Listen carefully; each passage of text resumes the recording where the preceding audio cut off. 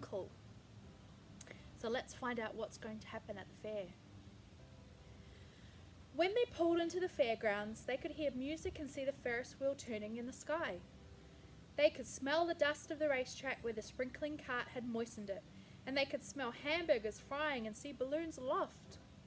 They could hear sheep blatting in the pens.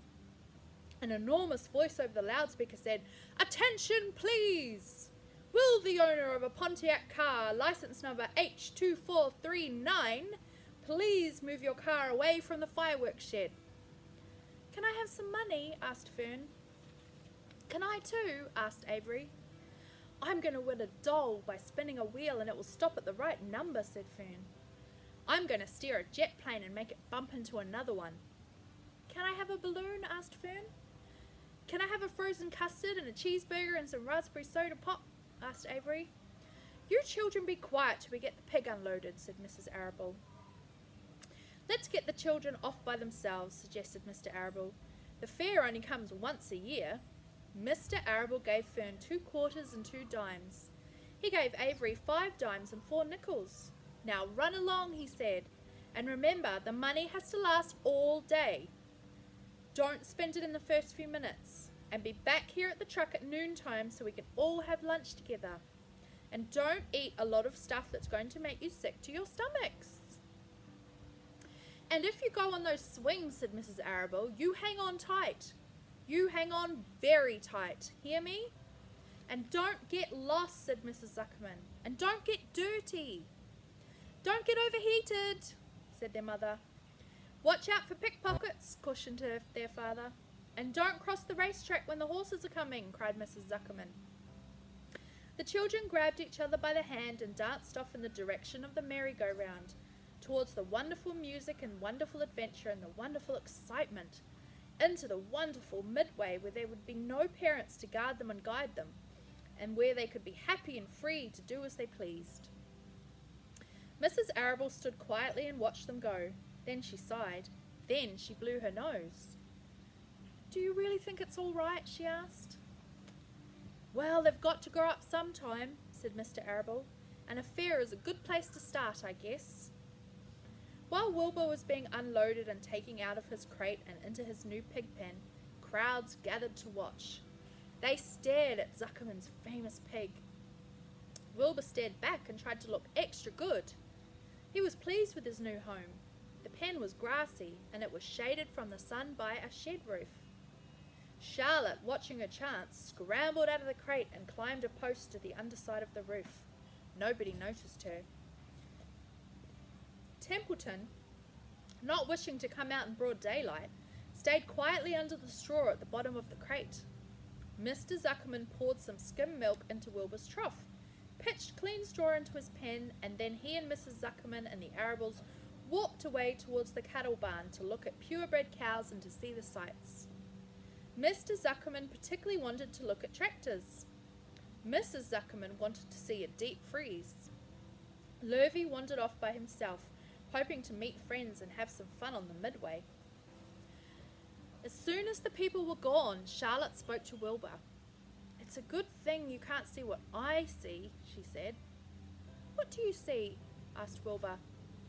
"There's a pig in the next pen, and he's enormous. I'm afraid he's much bigger than you are." "Maybe he's older than I am, and has had time to grow," suggested Wilbur. Tears began to come to his eyes. "I'll drop down and have a closer look," Charlotte said. Then she crawled along a beam until she was directly over the next pen. She let herself down on a dragline until she hung in the air just in front of the big pig's snout. "May I have your name?" she asked politely. The pig stared at her. "No name," he said in a big hearty voice. "Just call me Uncle." "Very well, Uncle," replied Charlotte. "What is your date of birth? Are you a spring pig?" "Sure, I'm a spring pig," replied Uncle. "What did you think I was, a spring chicken? Ha ha! That's a good one, eh, sister?" "Mildly funny," said Charlotte. "I've heard funnier ones, though. Glad to have met you, and now I must be going." She ascended slowly and returned to Wilbur's pen. He claims he's a spring pig. Excuse me. He claims he's a spring pig, reported Charlotte, and perhaps he is. One thing is certain, he has a most unattractive personality. He is too familiar, too noisy, and he cracks weak jokes. Also, he's not anywhere near as clean as you are, nor as pleasant. I took quite a dislike to him in our brief interview. He's going to be a hard pig to beat, though, Wilbur, on account of his size and weight. But with me helping you, it can be done.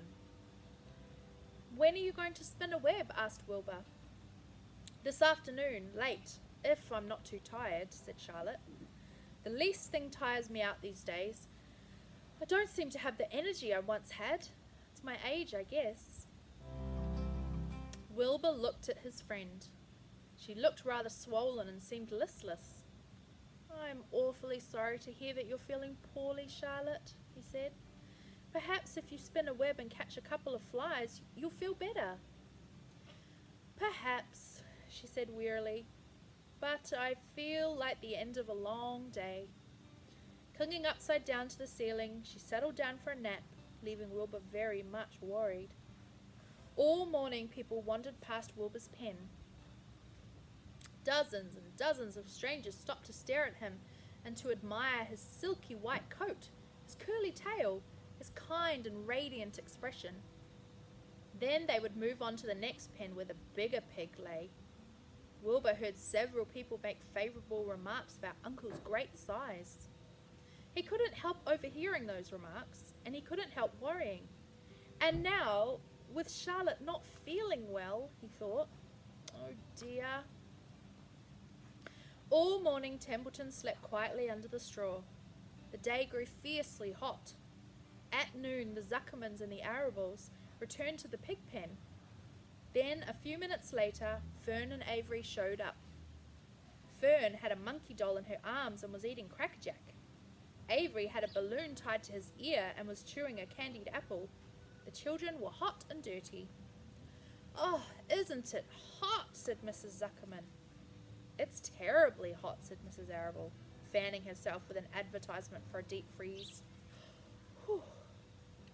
One by one they climbed into the truck and opened lunch boxes. The sun beat down on everything. Nobody seemed hungry. When are the judges going to decide about Wilbur? Asked Mrs. Zuckerman. Not till tomorrow, said Mr. Zuckerman. Lurvy appeared, carrying an Indian blanket that he had won. That's just what we need, said Avery, a blanket. Of course it is, replied Lurvy, and he spread the blanket across the sideboards of the truck so that it was like a little tent. The children sat in the shade under the blanket and felt much better. After lunch, they stretched out and fell asleep. So, at the end of this chapter, we've found out that Wilbur has a big rival for the for best pig at the show. So hopefully Wilbur can win, but hopefully Charlotte can do something. We'll find out next time. Bye.